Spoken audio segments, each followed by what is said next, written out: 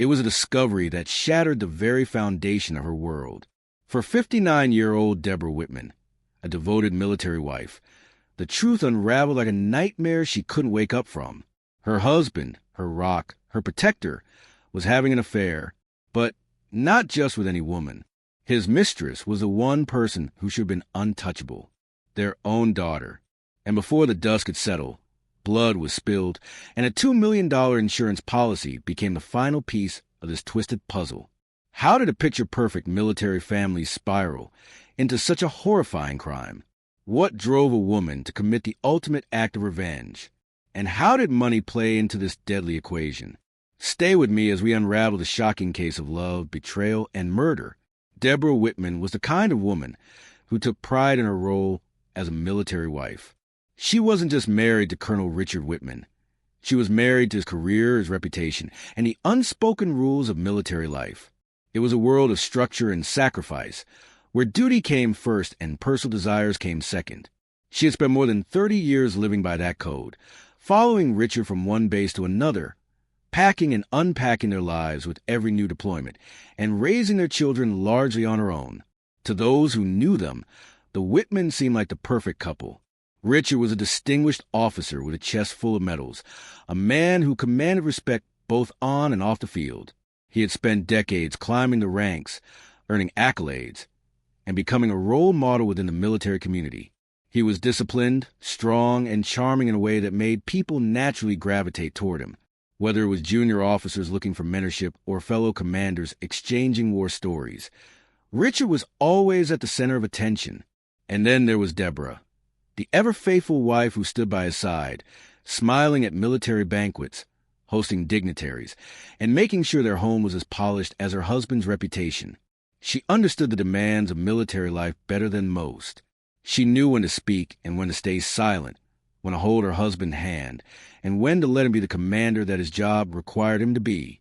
Their marriage had endured the long months of separation that came with Richard's deployments. She had written letters, sent care packages, and held down the fort while he was off in war zones, trusting that no matter where he was thinking of her. And when he returned, she played the role of the doting wife, welcoming him home with open arms, cooking his favorite meals, and pretending not to notice the emotional distance that lingered for weeks after he came back. They had 2 children, Jessica and Tyler. Jessica, the eldest, had been born while Richard was stationed in Germany. Tyler came a few years later, just as Richard was preparing for another deployment. While Richard had been away, Deborah had been the one attending parent-teacher conferences, helping with school projects, and comforting their children when they cried at night, missing their father. She never resented it. This was a life she had signed up for, and she embraced it fully. But there were cracks in the foundation, even if no one else could see them. Richard had always been a man who thrived on admiration. He carried himself with an air of authority that made people take notice, and he enjoyed the attention that came with his position. Women were drawn to him, young officers' wives, military nurses, even civilians who were enamored with the idea of a strong, disciplined soldier. Deborah had heard the rumors over the years, the whispered conversations among other military wives about Richard's friendly nature with certain women, but she had always dismissed them. After all, she was his wife. She was the one who had stood by him through everything. He wouldn't betray her, not after everything they had built together. And so, she ignored the warning signs. The late-night phone calls he took in hushed tones, the unexplained absences when he claimed to be working late, the occasional scent of perfume that wasn't hers lingering on his uniform. She convinced herself that it was all in her head, that Richard was simply a busy man with a demanding career, that their marriage was as solid as it had always been. But the truth was far darker than she could have ever imagined, and soon she would discover a betrayal so deep, so twisted, that it would change everything. For nearly 4 decades, Deborah Whitman had built her life around the certainty that she knew her husband. She had sacrificed, endured, and remained fiercely loyal, believing that their love was unshakable. But all of that was about to come crashing down. It started on an otherwise unremarkable evening. Richard was in his home office, as he often was, working on something she didn't bother to ask about. Over the years, She had learned to give him his space. He was a man of routine, meticulous, orderly, and always in control. When he was focused, he didn't like to be disturbed. So, when he stepped out of the office for a phone call and left his laptop open, Deborah thought nothing of it at first. She was simply passing by, intending to tidy up a few things before bed. But then, as she moved past his desk, a new email notification popped up. Her eyes skimmed the subject line. At first, it didn't register. Just another work message, she assumed, but something about the name caught her attention. It was familiar in a way that sent an uneasy feeling creeping down her spine. Jessica, her breath hitched. That was their daughter's name. But why would Richard be exchanging emails with Jessica at this hour? And why did it feel wrong? A knot formed in her stomach as she hesitated for a moment, then reached for the laptop. She knew she shouldn't invade his privacy. A good wife wouldn't. But something deep inside her whispered that she had to look. With trembling fingers, she clicked the email. What she found made her world tilt. It wasn't just a simple exchange between a father and his daughter. The words were intimate. Too intimate. At first, she thought there must have been some mistake. Maybe she was misreading it. Maybe this was another Jessica. But as she scrolled, the truth became undeniable. The messages were long, filled with declarations of love, passion, and desire. They spoke of stolen moments, of a relationship that had gone far beyond anything that should exist between a parent and child. There were details, specific, horrifying details, that confirmed her worst fears. Deborah's hands began to shake. Her chest tightened as she struggled to breathe. This wasn't just an affair. This wasn't some fleeting infidelity that she could explain away. This was her husband and her daughter. Her mind raced. How long had this been going on? Had she been blind all these years? She frantically searched through the email history, scrolling back for clues, for any indication of when it started. Months, maybe longer. She found references to secret meetings, trips they had taken together under false pretenses, times when Jessica had come to visit, and Richard had conveniently found reasons to send Deborah away for the weekend. Memories flooded back, moments that had once seemed insignificant, but now carried an unbearable weight. She thought about the way Richard's eyes lingered on Jessica, the way their conversation sometimes felt different. She had brushed it off, convinced herself she was imagining things. But now, the proof was staring her in the face. A sickening wave of nausea washed over her. She stumbled back from the desk, pressing a hand to her mouth. She felt like she might be sick. This couldn't be real. Richard, the man she had trusted with everything. Jessica, the daughter she had carried in her own body, nurtured and raised. Her family was shattered. And as the horror of it all sank in, something inside Deborah shifted. The woman who had spent her life being devoted, patient, and understanding was gone. In her place, something darker began to take root. Something that whispered of revenge. Deborah Whitman had spent years mastering the art of control. As a military wife, she had learned to suppress her emotions, to smile when expected, and to keep her composure even when her world felt unsteady. But now, standing in the wreckage of her own marriage, knowing the horrifying truth about her husband and daughter, control felt impossible. For days, she lived in a haze of shock and disbelief. She barely ate. Sleep was a distant luxury. Every time she closed her eyes, she saw the words from the emails burned into her mind. The pet names, the confessions, the promises of a future together. Her stomach twisted at the thought. She had spent her entire life loving and protecting her family. And now they had done this to her? At first, she told herself she needed more proof. Maybe there was another explanation, some twisted misunderstanding. But deep down she knew the truth was there in black and white. She just wasn't ready to face it yet. But then she started watching them, really watching them, and what she saw made her blood boil. Richard and Jessica weren't even trying to hide it. There were lingering touches that lasted a fraction too long. Smiles exchanged over dinner that weren't the kind of father and daughter should share. The way Richard's entire demeanor changed when Jessica entered the room, his body language shifting from casual to something else. Deborah had been blind for too long, and now she was done pretending. She needed to catch them in the act. She needed to see it with her own eyes. So she devised a plan. One Friday afternoon, she told Richard she was heading out of town to visit an old friend. It was the perfect excuse, believable, non-threatening. She kissed him on the cheek, just like she always did, and walked out the door. But she never left. Instead, she parked her car down the street, just out of sight. She sat in the driver's seat, gripping the steering wheel so hard her knuckles turned white. Her heart pounded in her chest. She had no idea what she would do when she saw them together. Would she scream? Would she break down in tears? Or would she do something far worse? An hour passed. Then another. She watched the house, her nerves on edge. Then, just as the sun began to set, a car pulled into the driveway. Jessica, Deborah's stomach twisted into knots. She watched as her daughter stepped out, dressed far too nicely for a simple visit home.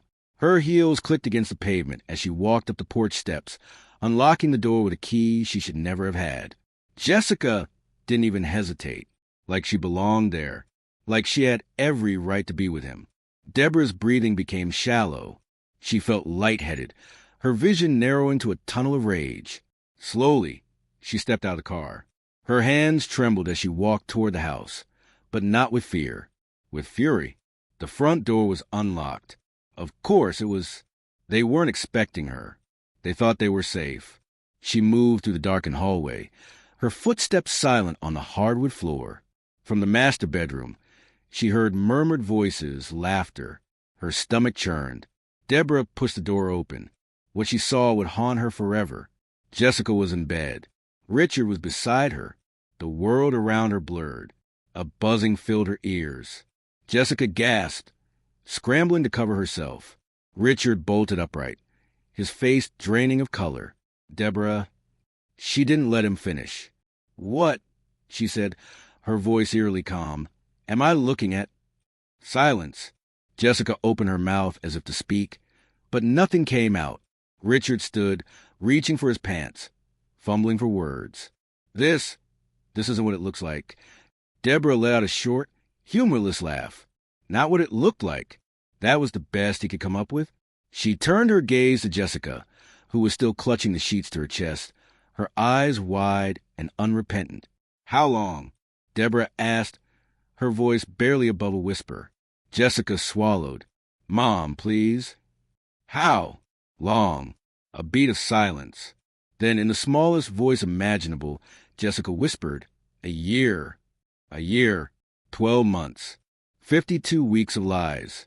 Deborah inhaled sharply, the betrayal hitting her like a physical blow. Richard stepped forward as if to comfort her. She flinched away, disgust curling in her stomach. "Don't you dare touch me," she spat. He sighed, rubbing his face. "Deborah, listen." "No," she cut him off. "You listen. I have given you my entire life. I have stood by you through everything. And this—" She gestured between them, her hand shaking. "This is how you repay me?" Richard exhaled, as if he were the victim. "It's complicated." Deborah let out a bitter laugh. "Complicated?" She turned to Jessica, her rage boiling over. "He's your father." Jessica's expression hardened. "I love him." Deborah's vision went white. Her own daughter, her own flesh and blood, saying those words. "I don't even know who you are," she whispered. Jessica's eyes gleamed, her lips curving into something that resembled a smirk. That was the moment Deborah snapped. All reason, all self-control, all the years of patience and sacrifice, gone in an instant. Richard must have sensed it, because he took a step back. "Deborah," he warned, "let's just—" "Shut up." The room fell silent. Her heart pounded in her ears. This wasn't over. Not by a long shot. Deborah Whitman had always believed herself to be a rational woman, a woman of patience, loyalty, and restraint. But as she walked out of that bedroom, out of the home she had built with a man who had shattered her world, something inside her changed. For the first few days after the confrontation, she wandered through life in a daze. She barely remembered driving away that night, barely remembered where she went. She only knew that by the time the sun rose, she was parked at the edge of a lake, gripping the steering wheel so tightly her knuckles ached. Sleep was out of the question. Food turned to ash in her mouth. She ignored the calls, the texts, first from Richard, then from Jessica. She couldn't bear to hear their voices. She wasn't sure what was worse, the betrayal itself or the fact that neither of them seemed particularly ashamed. She had expected panic, apologies, desperation. But Jessica, her own daughter, had looked her in the eye and smiled. That smirk had burrowed into Deborah's brain, replaying over and over, fueling the fire in her chest. They weren't sorry. They weren't even afraid. And that was their first mistake. The more Deborah thought about it, the more she realized something undeniable. Richard had always controlled everything. The house, the finances, the decisions. He had been the commander, not just in the military, but in their marriage. And now, he thought he could have scarred her like an old uniform, like a woman too old to be of use to him anymore. He had built his entire life on his reputation. Honor, discipline, integrity. What would happen if that reputation was destroyed? Would he still be the proud Colonel Whitman then? Would he still hold his head high when the world knew what he had done? At first, Deborah considered going to the authorities. She thought about exposing them, blasting the truth for everyone to see. Richard would lose everything. His career, his respect, his carefully constructed image. But as she played the scenario out in her head, doubt crept in. Richard was powerful. He had connections in the military, in law enforcement. What if he found a way to twist things? What if he made her look like the crazy one? A hysterical, vengeful wife who couldn't accept her husband moving on? And Jessica had always been cunning, manipulative. She would cry, play the victim, spin some elaborate tale that made her look innocent. No, this couldn't be handled in the courts, in the public eye.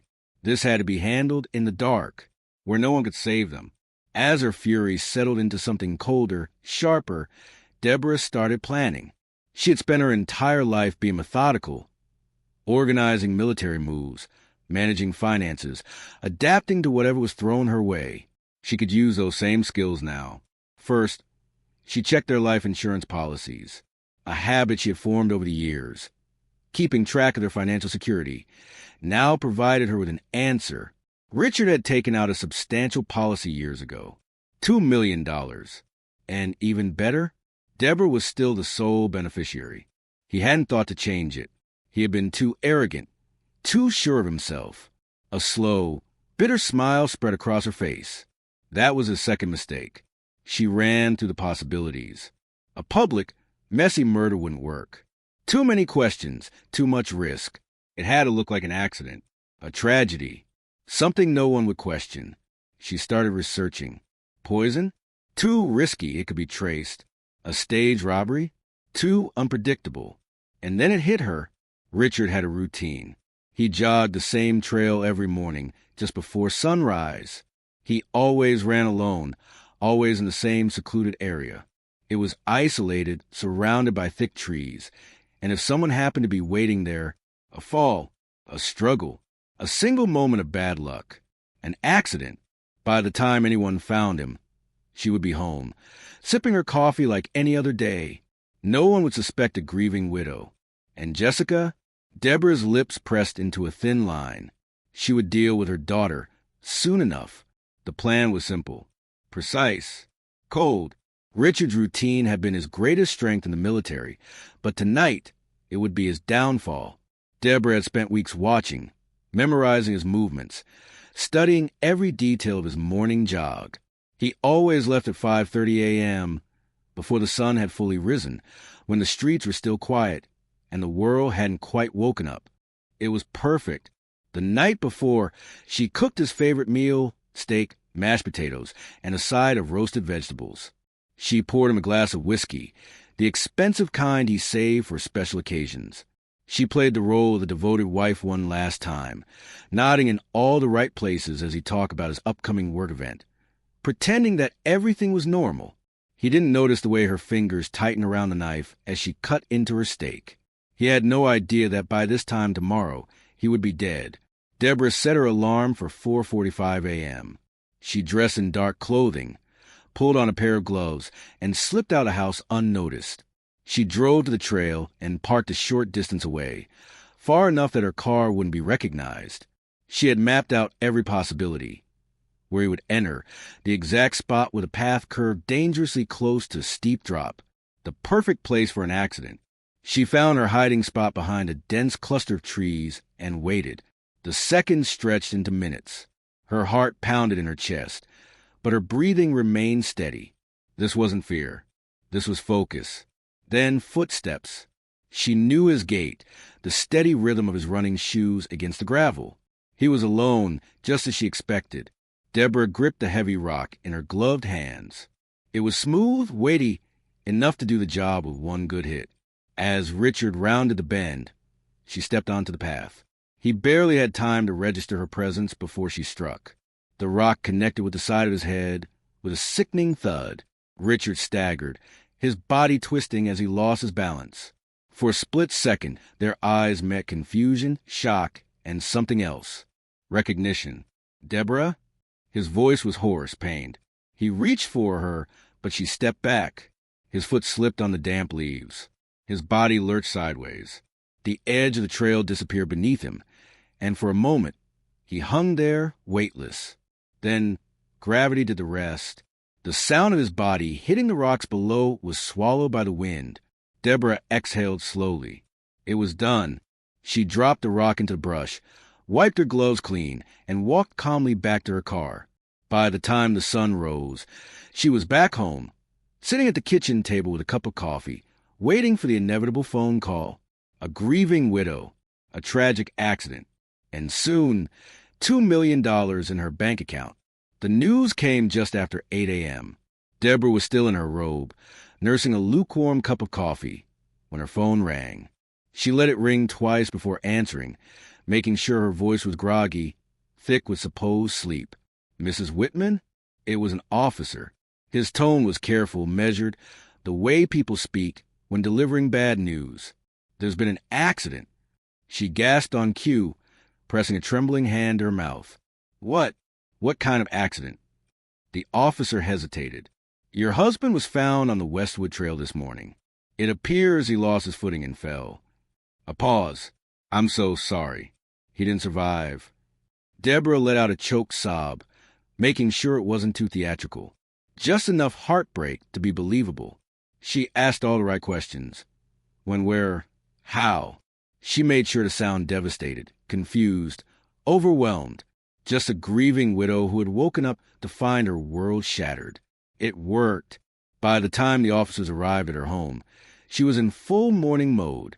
Red-rimmed eyes, tissues clutched in her hands, shaking fingers. She let them sit her down on the couch, let them murmur condolences, let them offer her water she pretended she couldn't swallow. She didn't have to pretend to be exhausted. The night's adrenaline had worn off, leaving only a heavy, dreamlike fog. But beneath the haze of feigned grief, she felt something else. Relief. It was over. The funeral was exactly what Richard would have wanted. Formal, dignified, filled with military colleagues speaking of honor and sacrifice. Deborah wore black, accepted sympathy with quiet nods, and dabbed at her eyes just often enough to keep up appearances. Jessica was there, of course. Deborah had debated whether to reach out, but Jessica had beaten her to it. The moment she heard about Richard's death, she came running, and she was devastated. Deborah watched her daughter closely throughout the service. Jessica barely spoke, barely looked anyone in the eye. Her face was pale, her shoulders hunched, her entire demeanor broken. Deborah felt nothing. She had wondered if she might feel satisfaction in watching Jessica suffer, if she might relish seeing her daughter mourn the man she betrayed her for. But there was only emptiness. Jessica had already died in Deborah's mind the moment she had smirked in that bedroom. The life insurance money came faster than expected. $2 million deposited into Deborah's account, just as planned. There were no complications, no suspicions. A tragic accident, nothing more. She was free. For the first time in decades, she didn't have to answer to anyone. No rigid military schedules. No controlling husband. No false smiles at social gatherings. She could go anywhere, do anything, and yet something felt unfinished. Jessica was still here, still breathing. And Deborah wasn't sure she could live with that. In the weeks following Richard's death, Deborah Whitman settled into her new life as a widow. She played her role perfectly, grief-stricken yet strong, heartbroken yet resilient. The community rallied around her, bringing casseroles, offering prayers, and making quiet remarks about how unfair it all was. She accepted their sympathy with gratitude, her eyes brimming with just the right amount of unshed tears. But behind closed doors, she felt nothing but triumph. The money was hers. Richard was gone. And Jessica, well, Jessica was unraveling. It started with the phone calls. At first, Deborah ignored them. She had no interest in hearing Jessica sob over the man she had stolen. But Jessica was persistent. "Mom, please, I need to talk to you." Deborah finally answered, her voice cold. "What do you want?" Jessica hesitated. I don't know. I can't sleep. I keep having nightmares about him." Deborah stayed silent. Jessica sniffled. "It doesn't make sense. He was always so careful on that trail. He knew every turn, every dip. I don't understand how this happened." Deborah's stomach tightened, but she kept her voice even. "It was an accident, Jessica. Sometimes bad things happen." There was silence on the other end of the line. Then Jessica whispered, "Do you believe that?" Deborah's jaw clenched. She couldn't tell if Jessica was suspicious or just drowning in her own guilt. Either way, it didn't matter. Let her suffer. Just when Deborah thought she had escaped cleanly, there was a knock at her door. 2 detectives stood outside, their expressions polite but firm. "Mrs. Whitman, we have a few follow-up questions about your husband's death." A chill crept up Deborah's spine, but she forced herself to smile. "Of course. Come in."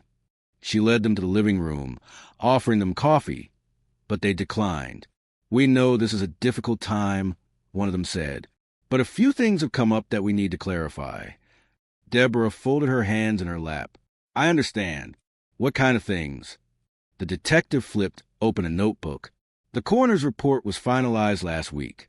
While the official cause of death remains blunt force trauma from the fall, there are some inconsistencies." Deborah's pulse quickened. "Inconsistencies." The detective nodded. "Your husband's head injury, before he hit the rocks below, was deeper than we typically see from a simple stumble, almost as if he was struck before he fell." Deborah's breath caught. "No, this wasn't happening." Now, this could still be explained by an awkward fall, but we have to rule out any other possibilities. So we're just gathering more information. Deborah forced herself to exhale slowly. "I see. And what do you need from me?" "For now, just a few details about the morning of his death. You mentioned that you were home asleep when he left for his jog." "Yes," she said smoothly. "I woke up around 7, and when he wasn't home, I assumed he had stopped for coffee. Then I got the call from the police." The detective nodded, scribbling something down. "And there's no one who can confirm you were home during that time?" Her stomach twisted. "No, I live alone." Another note. A brief glance exchanged between the detectives. They knew, or at least they suspected. Deborah felt her carefully constructed world begin to crack. But she wasn't going down without a fight.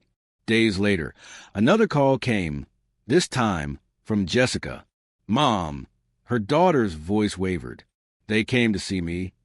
Deborah's grip on the phone tightened. "What did you tell them?" Jessica hesitated. "They asked about Dad's habits, if he had any enemies, if I thought someone could have hurt him. And..." Jessica let out a shaky breath. "I didn't know what to say, Mom.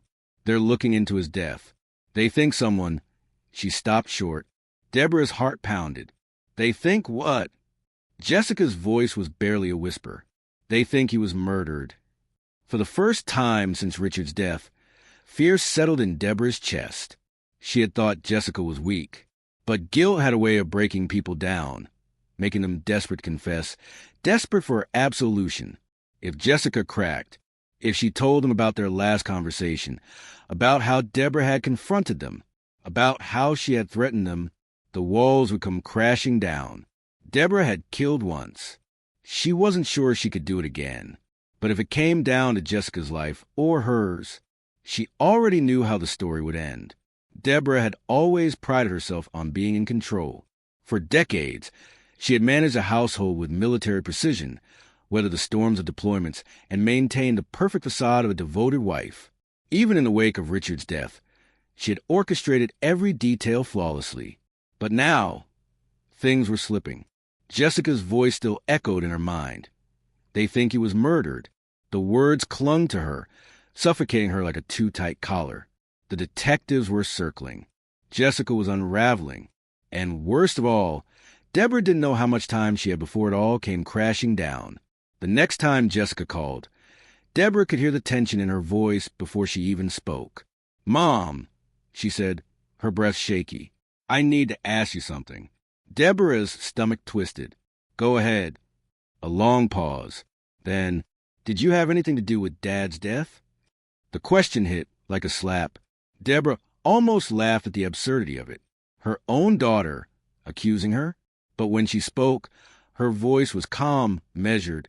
"Jessica, that's a horrible thing to say." "I know," Jessica whispered, "but I can't stop thinking about it. The night you found out about us, the way you looked at me, at him, like you wanted us dead." Deborah clenched her jaw. She had been so careful, so composed. Had her hatred been that obvious? "I was angry," she admitted. "Any wife would be, any mother." She let her voice tremble, just a little. "But I would never hurt your father." Silence. Then Jessica said something that sent ice through Deborah's veins. "They asked me to come in for questioning." The room tilted slightly. Deborah gripped the edge of the kitchen counter. "When?" "Tomorrow." Deborah forced herself to breathe. "And what are you going to tell them?" Jessica hesitated. "I don't know." Deborah didn't sleep that night. For hours, she paced the floor, running through every possibility. If Jessica talked, if she hinted at even the slightest suspicion, the police would dig deeper. The coroner's report had already flagged inconsistencies. The detectives already had doubts. If they found proof, if they connected the dots, she would lose everything. No, she wouldn't let that happen. By morning, she had made a decision. She picked up her phone and dialed. When Jessica answered, Deborah's voice was calm. "I think we should talk, face to face." Jessica hesitated. "I don't know, Mom." "Please," Deborah pressed. "Just meet me for coffee, before you go to the station." A pause. Then, "Okay." It was all Deborah needed to hear. Her mind was already working. If Jessica was going to be a problem, she had to be dealt with. And this time, Deborah wouldn't leave anything to chance. Deborah sat at a cafe, fingers curled around a cup of untouched coffee, her mind racing. She had spent the night crafting her next move, replaying every possible scenario. Jessica with a liability, an unstable, emotional mess who could sink everything if she let her guilt speak for her. And yet, Deborah couldn't simply eliminate her daughter the way she had Richard. Jessica's death would be too obvious, too suspicious. The police were already watching. They would come straight for her. No, this had to be handled differently. She would get Jessica back under control. She would turn this whole mess around. At exactly 9:15 a.m., Jessica walked through the cafe doors. She looked awful. Her usually perfect blonde hair was a tangled mess. Her eyes swollen from lack of sleep. She hesitated when she saw Deborah, then made her way over, sliding into the chair across from her. For a long moment, neither spoke. Then Jessica exhaled sharply. "All right, Mom. Talk." Deborah leaned forward, lowering her voice. "Jessica, you have to be very careful about what you say to the police today." Jessica's eyes flashed with something unreadable. "Why?" Deborah sighed, feigning exhaustion. "Because they don't know what happened, and they're looking for someone to blame." Jessica blinked. "And you think that's you?" Deborah shook her head. "I think it could be you." Jessica froze. "What?" Deborah chose her words carefully. "You were involved with him, Jessica. A scandal like that? If the police start digging, what do you think they'll find?" Jessica swallowed hard, shifting in her seat. Deborah pressed on. "They already have doubts about the accident. If they think Richard was murdered, they're going to ask themselves, who had the most to lose?" Who had a reason to want him dead? Jessica stared at her, and for the first time, Deborah saw real fear in her daughter's eyes. Mom, you don't think they'd... I think they'll do whatever it takes to close this case, Deborah interrupted. And right now they're looking at us. Jessica's breathing quickened. But I wouldn't. Deborah reached across the table, gripping Jessica's hand tightly. Then you need to be smart. You need to stick to the story. Dad went for his jog. He slipped. It was a terrible accident. Nothing more. Jessica swallowed, nodded. Okay. Deborah softened her expression, giving her daughter a reassuring squeeze. Everything will be fine. We just have to be strong. Jessica hesitated, but finally exhaled. All right. Deborah smiled. Crisis averted. For now. Jessica left for the police station shortly after. Deborah sat in her car, watching her daughter disappear inside, fingers tapping anxiously on the steering wheel. She had done what she could. She had planted doubt, redirected suspicion. But something in Jessica's expression haunted her, something uncertain. Jessica was still unstable, still too fragile. Deborah had to be ready, because if Jessica faltered, if she gave them anything, Deborah might have to silence her after all. Deborah sat by the phone all afternoon, her nerves frayed to the breaking point.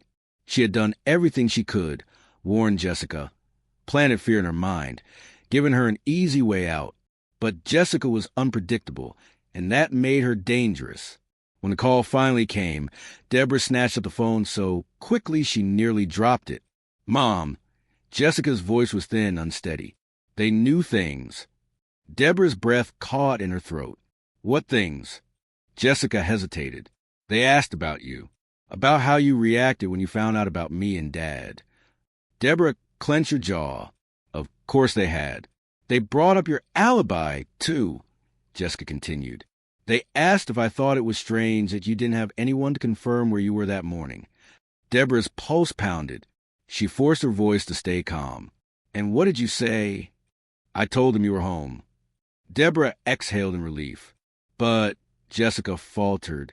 Mom, I don't know if they believe me. A new kind of fear slithered through Deborah's veins. Jessica was weak. That much was clear. And if the detectives sensed it, they would press harder. They would push until she cracked. Deborah tightened her grip on the phone. Listen to me. You cannot let them get inside your head. If they sense doubt, they'll never stop. I know, but... No buts, Jessica. Deborah's voice sharpened. You have to stay strong. Do you understand me? Jessica was quiet for a long time. Then, almost too softly, she said, Mom, is there something you're not telling me? Deborah's stomach dropped. She forced a hollow laugh. Of course not. What a ridiculous thing to say. Jessica didn't respond. And in that silence, Deborah knew. Jessica wasn't convinced. That night, Deborah barely slept. Every time she closed her eyes, she imagined Jessica sitting in the interrogation room, her resolve crumbling under the weight of her guilt. By morning, Deborah made a decision. She had to get ahead of this, before the police came knocking. She was pouring herself a cup of coffee when a sharp rap sounded at the door. Her stomach clenched. She didn't have to look through the peephole to know who it was. Taking a deep breath, she smoothed her expression and opened the door. 2 detectives stood there, their faces unreadable. Mrs. Whitman. One of them said, We'd like you to come down to the station for some follow-up questions. Deborah's fingers tightened around the doorknob. This was it, the beginning of the end. She summoned a confused frown. Of course. Is something wrong? The detective gave a practiced smile. We just need a little more clarity on a few things. Deborah forced a small laugh. Well, I suppose I should be flattered by all the attention. The other detective didn't smile. Mrs. Whitman, he said, his voice steady, firm. This isn't a request. Deborah's blood ran cold. She had lost control. And now, the game was no longer hers to play.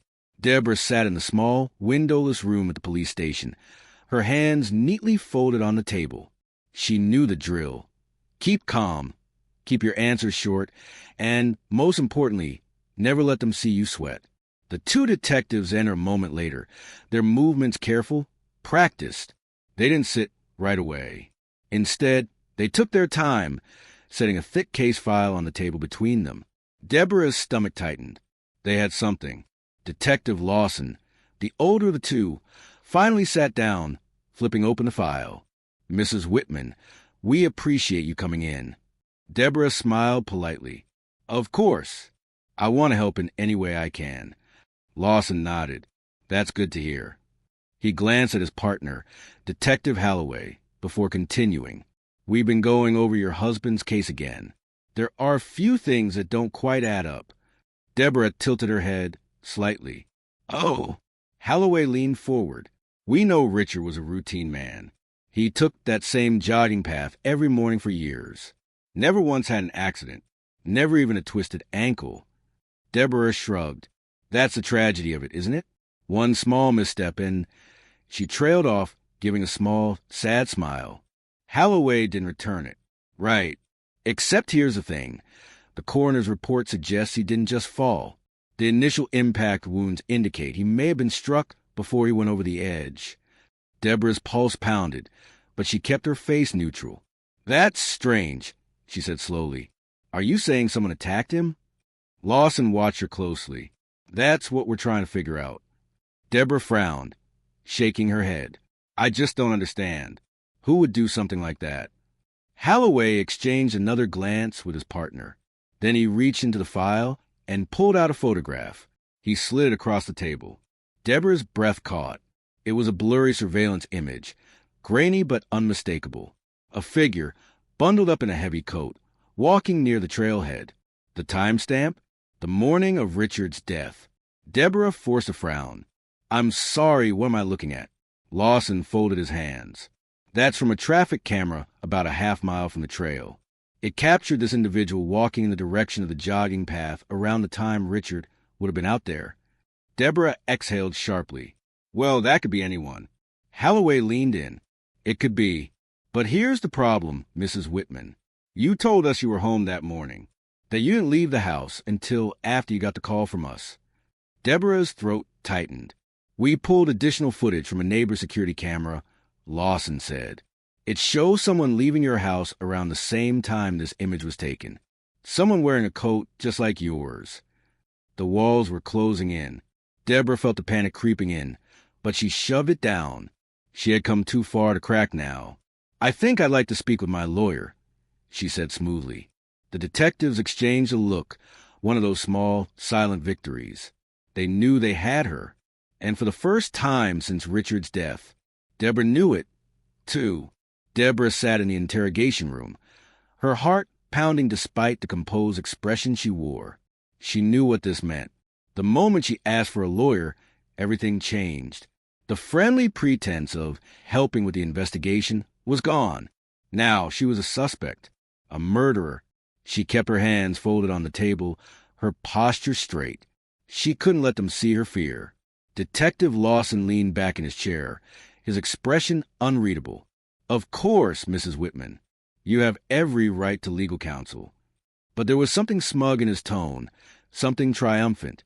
Detective Holloway closed the case file and pushed back his chair. "We'll be in touch." Then, just like that, they left her alone in the cold, silent room. Deborah's mind raced. She needed a plan. She had underestimated them, underestimated Jessica. That had been her biggest mistake. The moment Deborah was released, she headed straight home. She needed to think, to figure out what the detectives really had. The surveillance footage was bad, but it wasn't enough. They didn't have her face, only a vague figure in a coat. That wouldn't hold up in court. But Jessica was the real problem. Deborah pulled out her phone and called her daughter. The line rang 3 times before Jessica answered, her voice thick with tension. "Mom." Deborah exhaled sharply. "Jessica, we need to talk." A long pause. Then, "I can't." Deborah froze. Jessica's voice wavered. I told them everything." For the first time in years, Deborah felt true, undiluted fear. She gripped the phone, her knuckles white. "What did you do?" she hissed. Jessica sniffled on the other end of the line. "I couldn't keep lying. I told them about the night you found out. about how angry you were, about how Dad was afraid of you after that. Deborah's mind reeled. Afraid of me? That was absurd. She had been the victim, the scorned wife, the betrayed woman. She had only done what was necessary. She forced her voice to stay calm. Jessica, you don't understand what you've done. I do, Jessica whispered. I should have done it sooner. The line went dead. Deborah stood there, her phone still pressed against her ear, her body trembling with rage. Jessica had sealed her fate. She had handed the police the final piece they needed. And now, it was only a matter of time. It happened just after sunset. A knock at the door. A pair of cold, unreadable eyes staring back at her as she opened it. Deborah Whitman. Detective Lawson said, his voice firm, "You're under arrest for the murder of Richard Whitman." The words barely registered. The next moments were a blur. Being pulled outside, her hands yanked behind her back, the cold steel handcuffs biting into her wrists. She didn't resist. She didn't speak. She only lifted her chin, staring straight ahead as the flashing lights of the police car reflected in her eyes. It was over. Jessica had won. Or so she thought. The courtroom was packed. Reporters lined the benches, their pens scribbling furiously, cameras flashing each time Deborah was escorted in or out. This was no ordinary murder trial. It was a scandal. A military wife, betrayed in the most unfathomable way, accused of murdering the man she had once devoted her life to. Jessica sat in the front row, her face pale, her hands folded tightly in her lap. She refused to meet her mother's gaze. Deborah, on the other hand, sat with perfect posture at the defense table, her expression unreadable. She had prepared for this moment. She had spent months in county jail awaiting trial, crafted her story, rehearsing every possible defense. She wasn't going down without a fight. The prosecution painted Deborah as a vengeful woman, a wife scorned beyond reason. They detailed how she had learned of Richard's affair with their daughter, and how her rage had driven her to push him to his death. But Deborah's attorney, a sharp and experienced defense lawyer, had a different story to tell. There's no direct evidence, he argued. No fingerprints. No weapon. Only an unreliable witness. Her own daughter, whose guilt and shame could easily have clouded her memory. He leaned toward the jury, his voice calm but commanding. Jessica Whitman loved her father. She was in love with him. That kind of emotional turmoil warps the mind. Can we really trust a recollection? Jessica flinched. The prosecution immediately objected. The judge sustained it, warning the defense to tread carefully. But the damage was done. A seed of doubt had been planted. Then came the issue of Richard's life insurance. The prosecution highlighted it as a motive, $2 million waiting to be claimed. Deborah had every reason to want her husband dead. The defense, however, twisted it to their advantage. Ladies and gentlemen, Deborah's lawyer said, pacing before the jury, "Do you know who actually received the payout?" Murmurs rippled through the courtroom. Jessica shifted in her seat.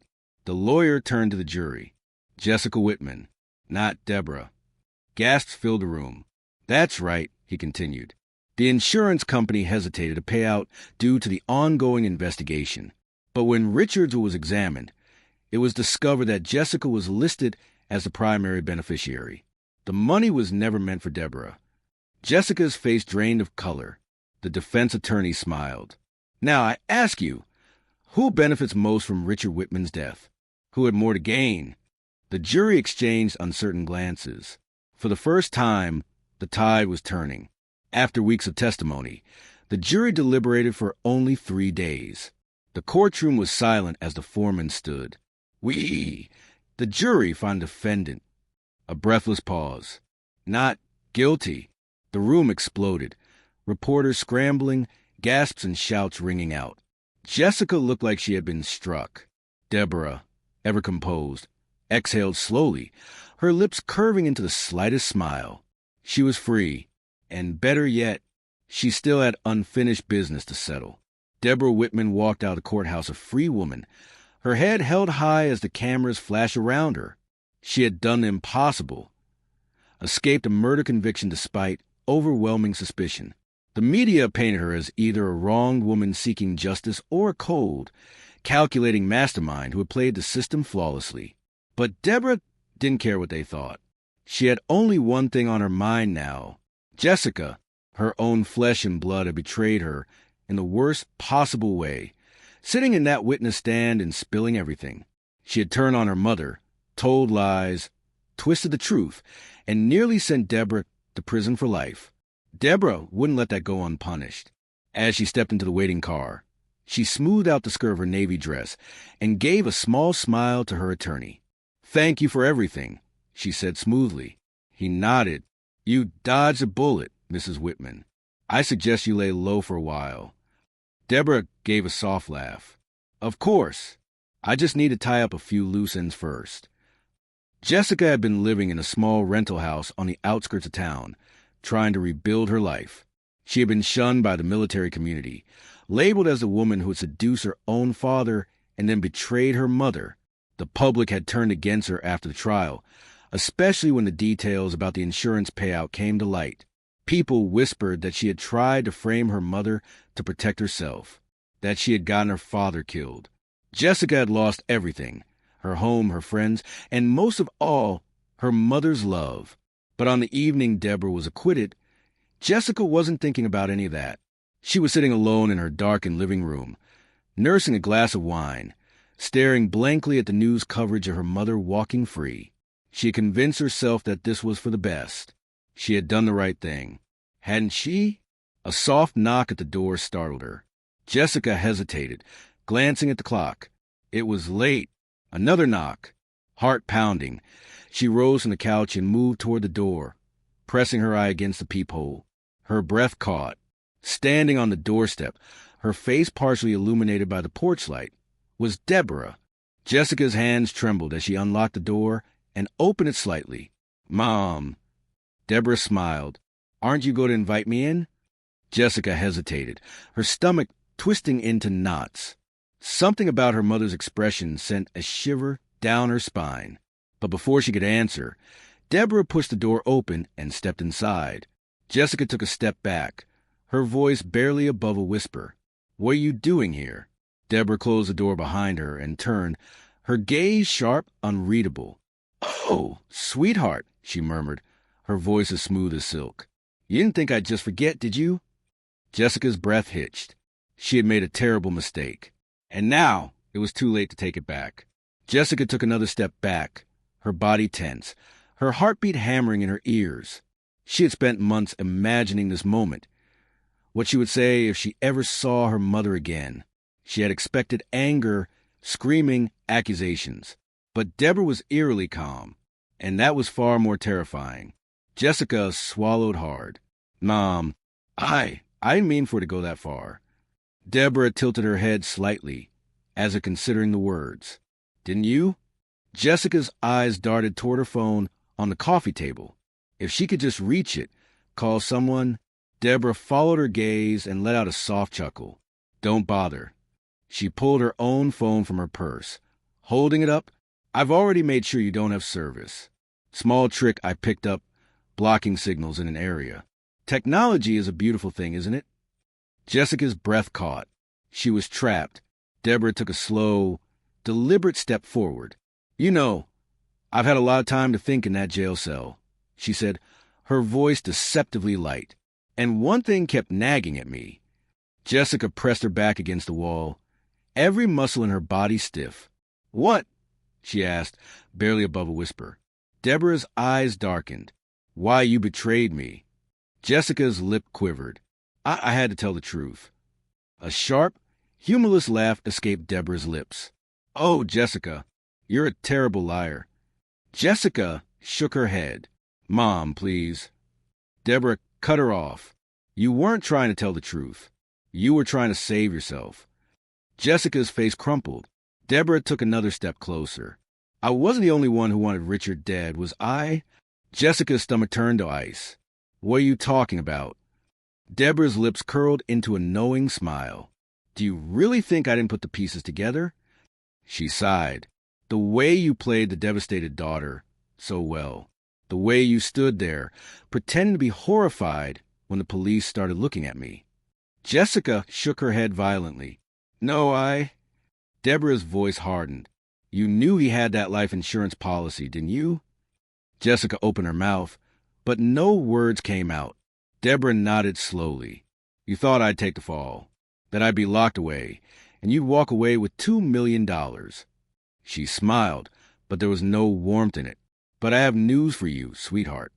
She leaned in close, her voice a whisper. I always land on my feet. Jessica's legs trembled. Mom, please. Before she could finish, Deborah grabbed her wrist and twisted it hard. Jessica yelped. Stumbling forward, Deborah leaned in, her grip tightening. You stole my husband, she hissed. You stole my life. And then you tried to have me thrown in prison. She tilted her head, studying her daughter's terrified expression. Did you really think I wouldn't come for you? Jessica gasped in pain, tears slipping down her cheeks. I didn't mean... Sure. Deborah's voice was eerily soothing. It's too late for that. Jessica's body shuddered. She knew, deep in her gut, that she wasn't walking away from this night unscathed. And for the first time, she finally understood. Her mother had never been the victim. She had always been the predator. Jessica's mind raced, desperate for a way out. She had seen her mother angry before, had witnessed the cold, calculating way she handled betrayal. But this was different. This was the end of a long game, and Deborah was ready to make her final move. Jessica's wrist ached from her mother's grip, but she forced herself to keep her voice steady. Mom, you don't have to do this. Deborah smiled, and that was somehow worse than a slap. Oh, sweetheart, she murmured, tilting her head. You keep acting like you're the victim here. Jessica's breathing was ragged. I am. Deborah laughed, a low, humorless chuckle that sent chills down Jessica's spine. You tried to destroy me, Jessica. My own daughter. And for what? A man who never loved you? Money you thought you could take. Jessica's stomach twisted. I didn't want any of this. Deborah leaned in close, her breath warm against Jessica's ear. Lies, she whispered. You always were a terrible liar. Jessica flinched as Deborah released her wrist and took a step back, her expression shifting into something unervingly casual, as if she wasn't about to destroy everything. Sit down, Deborah ordered, motioning toward the couch. Jessica hesitated. Deborah's gaze sharpened. I won't ask again. Jessica swallowed hard and obeyed, her legs trembling as she lowered herself onto the couch. Deborah sat across from her, smoothing out an imaginary wrinkle in her blouse before fixing her gaze on her daughter. Do you know what happens to people who betray me? Jessica didn't answer.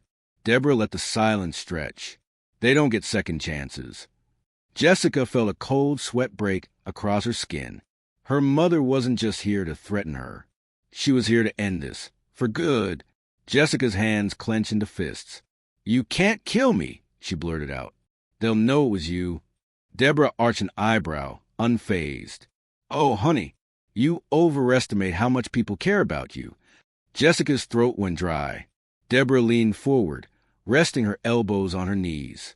If you disappear, everyone will assume you ran, that you couldn't handle the shame. Maybe you skipped town. Maybe you took what was left of that insurance money and started over somewhere new. Jessica's heart pounded. You don't have to do this, she whispered. Deborah smiled. But I want to. Jessica's breath hitched. Her mother reached into her purse, pulling out a pair of black gloves. She slid them on methodically, one finger at a time, as if savoring the moment. Jessica's mind screamed at her to move, run, fight, something. But before she could react, Deborah lunged. Jessica barely had time to throw herself off the couch, landing hard on the floor as her mother's hands reached for her throat. She scrambled backward, her limbs weak with terror. Mom, please. Deborah's expression remained eerily calm as she grabbed a nearby throw pillow. Shoo, sweetheart, she cooed. This will all be over soon. Jessica let out a strangled cry as Deborah pounced, pressing the pillow over her face. Darkness closed in, and for the first time in her life, Jessica truly understood. Her mother had never been the woman she thought she was. She had always been something far worse. Jessica's world blurred into suffocating darkness. the weight of the pillow crushed against her face, cutting off every desperate gasp for air. She thrashed wildly, her hands clawing at her mother's arms, her nails digging deep into Deborah's skin. But Deborah didn't flinch. Jessica's strength was fading fast, her limbs growing weaker with each second. Her vision swam. The edges of her consciousness teetered on the brink. This was it. This was how she was going to die. And the worst part? No one would care. The world already saw her as a monster, a daughter who would seduce her own father, a woman who would try to frame her mother for murder. If she vanished, people would simply assume she had run away to escape the shame. No one would look for her, and Deborah knew it. Jessica's body jerked one last time before her movement slowed, her hands slipping from her mother's wrists. Deborah exhaled slowly, pressing down even harder, until a sudden, sharp knock at the front door shattered the silence. Deborah froze. Another knock, louder this time. "Jessica, are you home?" A man's voice. Familiar. Jessica's neighbor. The one who had seen her come home earlier. Panic flickered across Deborah's face. This wasn't part of her plan. She had expected no interruptions. The knocks became more insistent. "Jessica, I need to talk to you about something." Jessica's body twitched beneath her, a faint, desperate movement. Deborah's mind raced. She could finish this now, press harder, make sure her daughter never got up again. But the knocking wouldn't stop. And then the doorknob jiggled. Deborah's heart slammed against her ribs. She couldn't risk being caught. With a frustrated snarl, she yanked the pillow away and bolted to her feet, her mind whirling. She glanced down at Jessica's limp form, her daughter's chest rising in shallow, uneven breaths. Not dead. Not yet. Deborah's hands clenched into fists. Another interruption. Another obstacle. She needed to get out. Now, with a final glance at her daughter, Deborah turned and slipped out the back door, vanishing into the night just as Jessica's neighbor pushed the front door open. Jessica gasped violently as air rushed back into her lungs. Her vision blurred, the room spinning around her. She was alive. Barely. A pair of hands gripped her shoulders, shaking her gently. "Jessica, can you hear me?" She blinked up at the man hovering over her neighbor, his face etched with concern. "Wah!" She rasped, her throat raw. He looked around the room, frowning. "What the hell happened?" Jessica swallowed hard. She tried to kill me." His eyes widened. "Who?" Jessica's body shuddered. And then, with a broken whisper, she said the words she never thought she'd say. "My mother." The next 24 hours were a blur. Jessica was rushed to the hospital, her throat bruised but her will to survive stronger than ever. The police took her statement, disbelief flashing across their faces as she recounted every chilling detail of her mother's attack. But when they arrived at Deborah Whitman's house, it was already too late. She was gone. No credit card activity. No phone signal. No sign of where she had fled. Deborah Whitman had vanished without a trace. And for the second time in her life, Jessica realized her mother was always one step ahead. And she wasn't done yet. Deborah Whitman was gone. No security cameras had captured her. No one had seen her flee. It was as if she had melted into the night, leaving nothing behind but fear and unanswered questions. The police scoured her financial records, searching for any sign of activity. They checked bus stations, airports, train depots, anywhere she could have gone. But she had prepared for this. There were no credit card transactions, no hotel bookings, no rental cars under her name. Deborah Whitman had done what few criminals manage. She had disappeared without a trace. And Jessica knew exactly why. Her mother wasn't running. She was waiting. Jessica had barely slept since the attack. Every creak of the floorboards, every shadow outside her window sent a spike of terror through her chest. She knew her mother better than anyone. Deborah wasn't the kind of woman who accepted defeat. She was a hunter, and Jessica had become her prey. The police assigned an officer to check on her daily, but Jessica wasn't foolish enough to believe she was safe. She could feel it, that heavy, suffocating presence, lingering just out of sight. Her mother was out there, and she was watching. Jessica had tried to run. She packed a bag, booked a motel 2 towns over, and tried to disappear into anonymity. But the fear followed her. One night, as she was locking up her motel room, she noticed something out of place. A single white envelope slipped under her door. Her blood ran cold. With trembling hands, she picked it up and turned it over. There was no return address, no postmark, just her name, scrawled in familiar handwriting. Jessica's hands shook as she tore it open. Inside was a single sheet of paper. A note, 3 words. "You can't hide." Her breath hitched. Her vision blurred with panic. She dropped the note as if it burned her skin, stumbling back against the wall. She had been right. Deborah was still playing the game, and she had just made her next move. Jessica ran to the police, shoving the note into the detective's hands. "She's here," she gasped. "She knows where I am." The officers took the threat seriously, launching an urgent search for Deborah.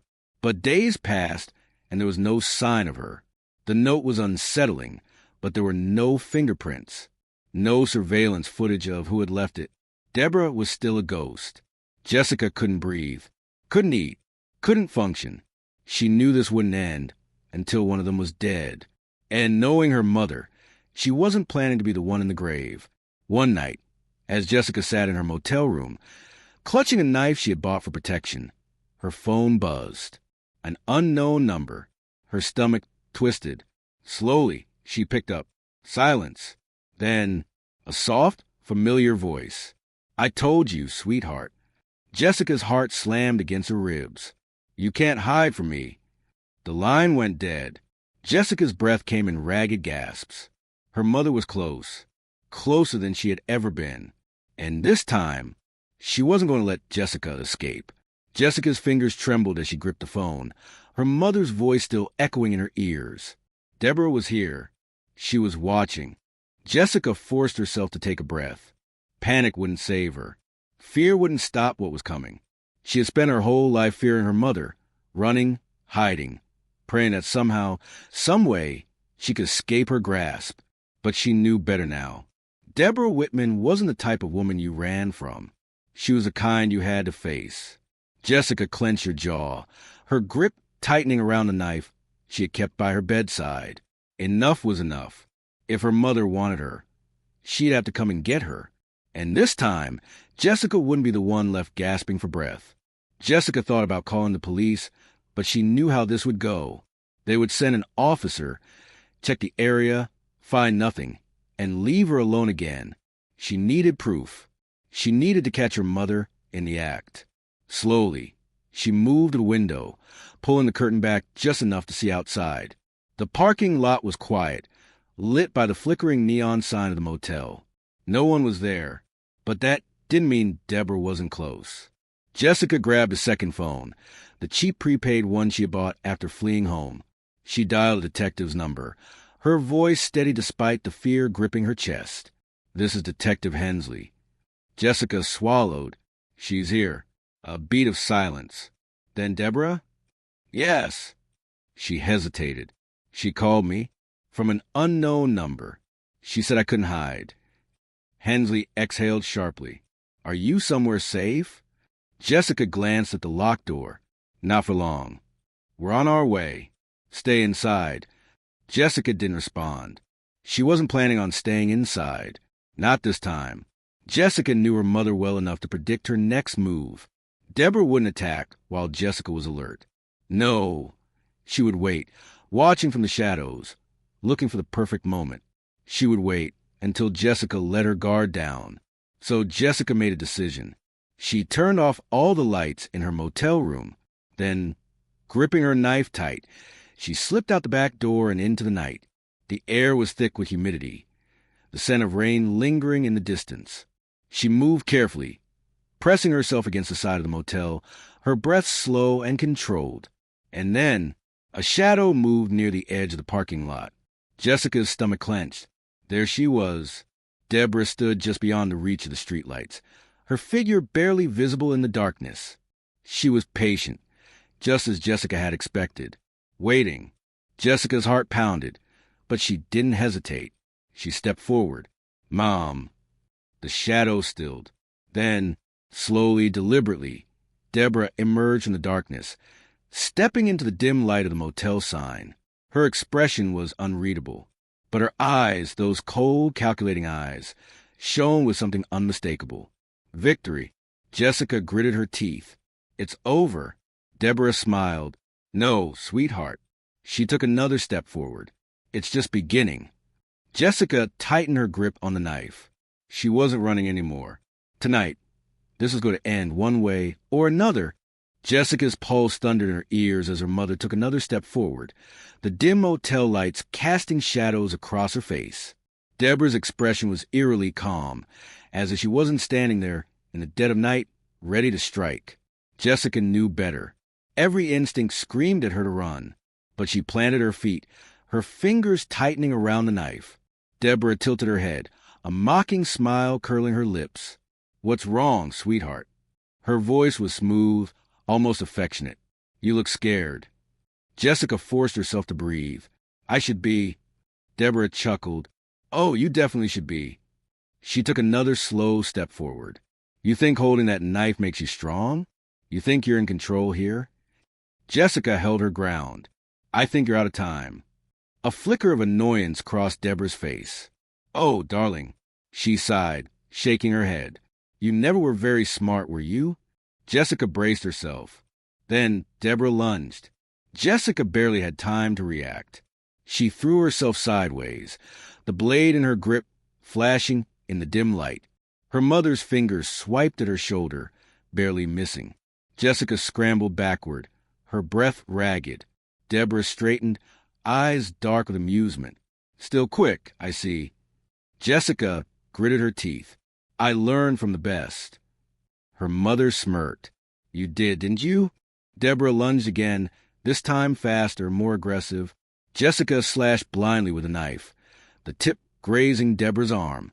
Deborah hissed, jerking back, her hand flying to the fresh wound. For the first time, Jessica saw something new in her mother's expression. Surprise. Deborah looked down at the blood on her fingers, then back at Jessica, and she laughed. The sound sent a chill down Jessica's spine.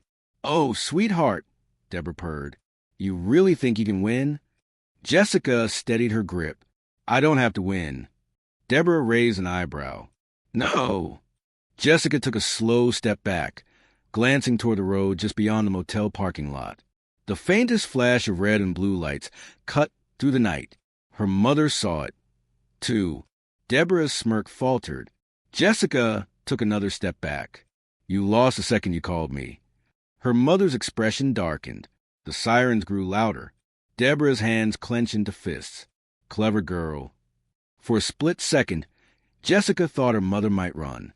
But then Deborah charged. Jessica barely had time to react before they crashed onto the pavement, her mother's hands clawing for her throat. The knife slipped from Jessica's grip, skidding across the asphalt. Deborah was stronger, fueled by fury and desperation. Her hands clamped around Jessica's neck, squeezing hard. Jessica thrashed, gasping for air, her vision blurred. Then, a single gunshot shattered the night. Deborah's body jerked. Her grip loosened. Jessica sucked in a ragged breath as her mother slumped forward. Heavy boots pounded against the pavement. Strong hands grabbed Deborah, pulling her off Jessica. A voice, firm and commanding. We've got her.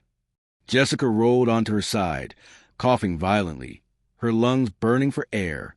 Through blurry eyes, she saw the police swarm the scene, weapons drawn, pinning Deborah to the ground. Her mother was still alive. Barely. Blood seeped from a wound in her shoulder. But even as she lay there, her eyes found Jessica's, and she smiled. Jessica shuddered. Even now, Deborah Whitman didn't look afraid. The trial was quick. Deborah faced multiple charges: attempted murder, stalking, fraud. The evidence was overwhelming. Jessica sat in the courtroom, listening to her mother's defense crumble. Deborah never apologized, never showed remorse. Even as a judge handed down a life sentence, Deborah Whitman sat with perfect posture, her face void of emotion. Only once did she acknowledge Jessica. As the guards led her away, she turned her head ever so slightly, locking eyes with her daughter. Then she winked. Jessica's breath hitched. A cold shiver ran down her spine. She knew what that wink meant. This wasn't over. Not really. Not as long as Deborah Whitman was still breathing. Jessica left the courtroom that day with the weight of survival on her shoulders. Her mother was gone, locked away, but the scars remained. She moved across the country, changed her name, built a new life. But some nights, she still felt it, that creeping sensation like she was being watched. Some nights, she still dreamed of the darkness closing in. And some nights, she could still hear her mother's voice whispering in her ear, "You can't hide." But Jessica wasn't hiding anymore. She had faced a monster and survived. And that was something no one, not even Deborah Whitman, could take from her. The nightmare was over. Or at least, she prayed it was.